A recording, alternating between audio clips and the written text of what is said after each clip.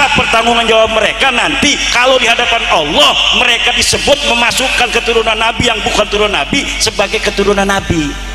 Itu karena apa? Karena dalil mereka tidak ada. Yang ada dalilnya yang membatalkan nasab Ba'lawi. Ngomongin orang nih, ini bukan ngomongin karena benci, karena mereka sudah kita anggap keterlaluan.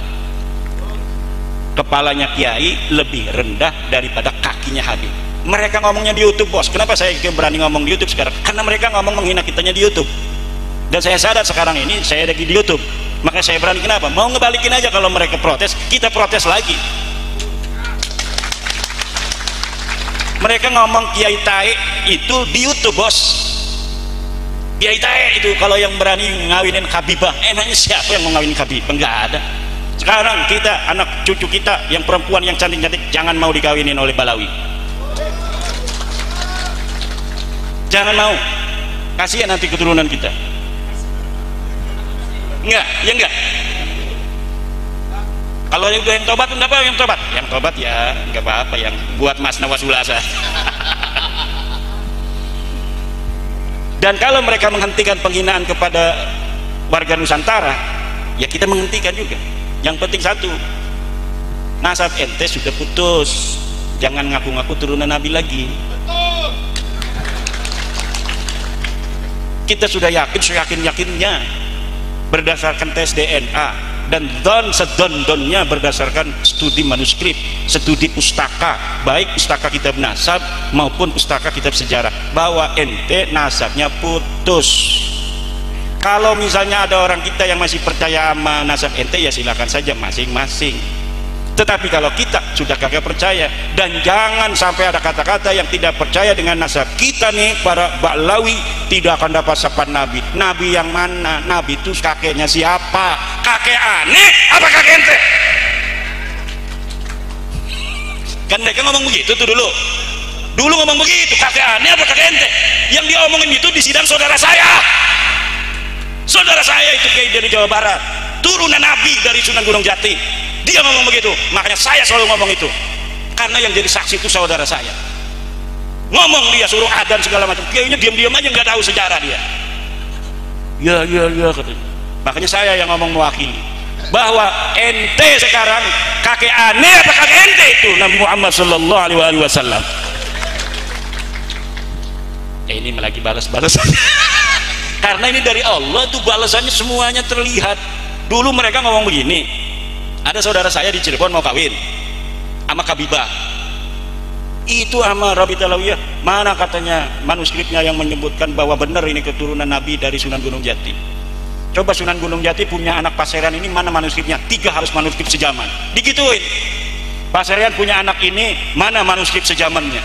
Ini punya anak ini, sampai itu dianya ini ditanyain manuskripnya di Rabi Talawiyah. Sekarang saya minta jangan 3, 1 aja manuskrip sejaman yang mengatakan Ahmad bin Isa punya anak Ubed, tidak bisa jawab, dibalas oleh Allah Subhanahu wa Ta'ala. Dia mengatakan Wali Songo itu sudah 500 tahun yang lalu. Sekarang kalau ada orang yang ngaku keturunan Nabi dari Wali Songo, itu palsu. Kenapa? Karena sudah 500 tahun putus. Ternyata kita teliti 500 tahun juga dia, bahkan lebih, 50 tahun, 550 tahun. Jadi apa yang mereka katakan selalu dibales dan dibalikan oleh Allah Subhanahu wa Ta'ala. Ini saya juga aneh ini. Coba bapak-bapak, kalau bapak-bapak sudah merdeka hatinya ya, merdeka saja, itu luar biasa. Allahumma sholli ala sayyidina Muhammad. Tapi kalau yang belum merdeka ini pujang ngedengerin saya, pengennya nonjok aja. Tapi insya Allah kita karena tujuannya baik, kita bukan benci sama mereka loh, kita benci kepada apa yang telah mereka ucapkan di YouTube itu. Kita benci pengakuan mereka yang sudah terbukti palsu, kemudian mereka tidak mau menerima. Itu saja. Kalau mereka mau menerima, oke, wahai seluruh masyarakat Sragen, saya minta maaf kalau ada kesalahan, dan saya sekarang tidak lagi mengaku turunan Nabi. Tolong saya undang untuk selawatan di Mambaut Thoyibah. Diundang dapat. Udah nggak ngaku lagi turun Nabi. Betul. Waduh, lebih gawat dari saya ini. Kalau yang dari panjenengan tesisnya itu metode akademisi saja atau metode penggunaan kitab yang tak baroh? menggunakan metode penelitian. Metode penelitian itu harus melakukan proses heuristik. Heuristik itu mengumpulkan seluruh sumber, jadi disebut sumbernya yang berkaitan dengan nasab balwi. Yang kedua adalah proses kritisasi sumber. Setelah sumbernya itu ada, dikritisi, satu, ini kita layak tidak, valid tidak untuk dijadikan sebuah sumber. Oh ternyata ini diinterpolasi, ini kita palsu, abaikan. Seperti ada di Balwi itu kitab namanya Abnaul Imam, dikarang abad ke-5, tapi isinya sudah ditambahin oleh Habib Jamalul Lail. Jadi kitabnya sudah tidak asli lagi. Akhirnya saya abaikan, ini tidak masuk dalam kategori sebagai sumber. Setelah kritik sumber satu kitab per kitab, kemudian ada interpretasi sumber. Jadi apa yang ada itu kita interpretasikan. Setelah diinterpretasikan, kemudian dihistoriografi. Ini metodologi penelitian dalam penelitian sejarah. Karena apa? Karena Abdullah atau Ubaid ini adalah tokoh sejarah. Tokoh sejarah yang harus diverifikasi benarkah dia historis atau ternyata dia ahistoris. Maka diperlukan metodologi sejarah dalam memverifikasi apakah seorang ini betul-betul historis atau dia adalah ahistoris. Dan terbukti sosok Ubaid ini tidak ada di dalam kitab-kitab, di dalam buku-buku sejarah yang ada pada masanya atau masa yang paling berdekatan dari kitab yang ditemukan yang membicara tentang keluarga mereka. Itu metodologi penelitian sejarah. Kalau tidak boleh dalam sejarah kita menggunakan metodologi penelitian ilmiah tentang pemikiran. Pemikiran itu boleh berbeda antara orang masa lalu dengan orang zaman sekarang. Kalau khobar berita tidak boleh berbeda. Sumbernya itu harus sama dan harus ittisal karena dia riwayat sejarah. Nah, ini kelemahan daripada kita para santri itu asal ada kitab abad berapa aja tentang sejarah itu dianggap sahih. Kayak Ustadz Idrus Romli kemarin, ini ada kitab abad ke-9, ada abad kitab 10. Iya betul, tapi itu setelah pengakuan. Sebelumnya di abad 4 itu, di mana yang diakui itu hidup, tidak disebutkan dia punya anak namanya Ubaid. Abad yang ke-5 tidak ada, abad ke-6 tidak ada, abad ke-7 tidak ada. 550 tahun dia tidak disebut sebagai punya anak namanya Ubaid. Kok tiba-tiba di abad 9 disebutkan dia mempunyai anak namanya Ubaid? Berarti berita di abad 9 ini adalah berita palsu. Tuh. Ya, satu lagi. Mungkin permohonan gitu. Karena ini kan tesis karya ilmiah, mungkin banyak terjadi perbedaan pendapat. Nah, kemudian ini menyangkut keyakinan juga bahwa Ba'alwi itu tidak sampai ke Rasul nasabnya. Secara ilmiah kan hukum-hukum itu kan melalui ilmiah, tapi yang secara hakikat kan hanya Allah yang tahu. Nah, untuk mengetahui ini sudah sesuai dengan hakikatnya kan hanya Allah yang tahu, karena ini tarafnya ilmiah. Nah, kayaknya ini DNA juga mendekati itu. Nah, pertanyaan karena hukumnya empirik itu. Permohonan saya itu mungkin karena tema tesisnya itu memutus nasab, mungkin kami minta pertanggungjawaban bagaimana nanti kalau secara hakikatnya itu memang benar nasabnya sampai ke Rasul. Terus saya tanya kembali, kalau misalnya yang mengakui sekarang nasabnya Balwi itu sebagai turunan Nabi, kalau hakikatnya dia bukan, apa itu pertanggungjawabannya? Dan maksudnya ini kan bentuk perlawanan dari jawaban jenengan. Tapi seumama kalau memang hakikatnya benar ataupun salah, kalau salah kan kita sudah sesuai. Cuman kalau hakikatnya benar itu nanti bagaimana? Iya, orang-orang yang mengakui itu, yang karena mereka mengakui Ba'lawi sebagai turunan Nabi kemudian mereka menghina orang itu, kan berarti mereka itu membantu Ba'lawi berbuat maksiat. Iya, ini apa hukum bebaliknya? Maksudnya orang dari yang hari ini ketika nanti dipertanggungjawaban oleh Allah, ngoten lho. Iya, pertanggungjawaban Allah kepada Allah. Orang yang sekarang mengakui Ba'lawi yang sudah terbukti secara ilmiah, secara DNA, secara pustaka, secara sejarah sudah putus, mustahil menurut DNA dia keturunan Nabi, sekarang masih mengakui. Apa pertanggungjawaban mereka nanti kalau di hadapan Allah mereka disebut memasukkan keturunan Nabi yang bukan keturunan Nabi sebagai keturunan Nabi? Itu karena apa? Karena dalil mereka tidak ada. Yang ada dalilnya yang membatalkan nasab Ba'lawi. Yang Muhyiddin Mubin nggak punya dalil sampai sekarang. Muhyiddin siapa yang bisa bawa dalil bahwa Ba'lawi turun Nabi? Datang ke saya. Nggak ada, mustahil mereka turunan Nabi. Itu masalahnya, kita punya dalil, mereka nggak punya dalil. Yang nggak punya dalil harus ngalah. Mereka nggak mau ngalah, ya udah nanti hakikat itu sesuai dengan dalil. Hakikat itu akan sesuai dengan dalil. Apakah semua marga Habib yang ada di Indonesia semua nasabnya ke Ba'alawi?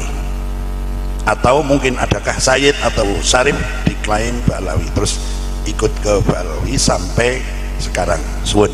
Ya, kalau Ba'alawi yang ada di Indonesia itu marganya seperti Al-Asgab, Al-Attas, Bin Syihab, Al-Idrus, Al-Jufri, Maulad Dawilah.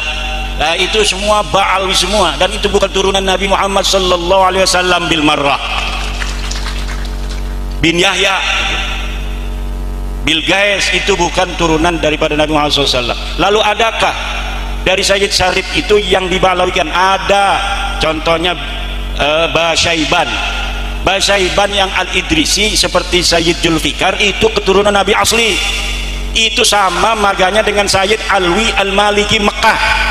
Sayyid Muhammad bin Alwi Al-Maliki Mekah itu turunan Nabi asli dari marga Al-Idrisi. Dia bukan Ba'alawi, dia bukan Habib, tapi dia Sayyid Syarif dari marga Al-Idrisi Maroko yang tinggal di kota Mekah Al-Mukarramah. Termasuk bin Yahya itu bukan keturunan Nabi Muhammad SAW, mustahil itu.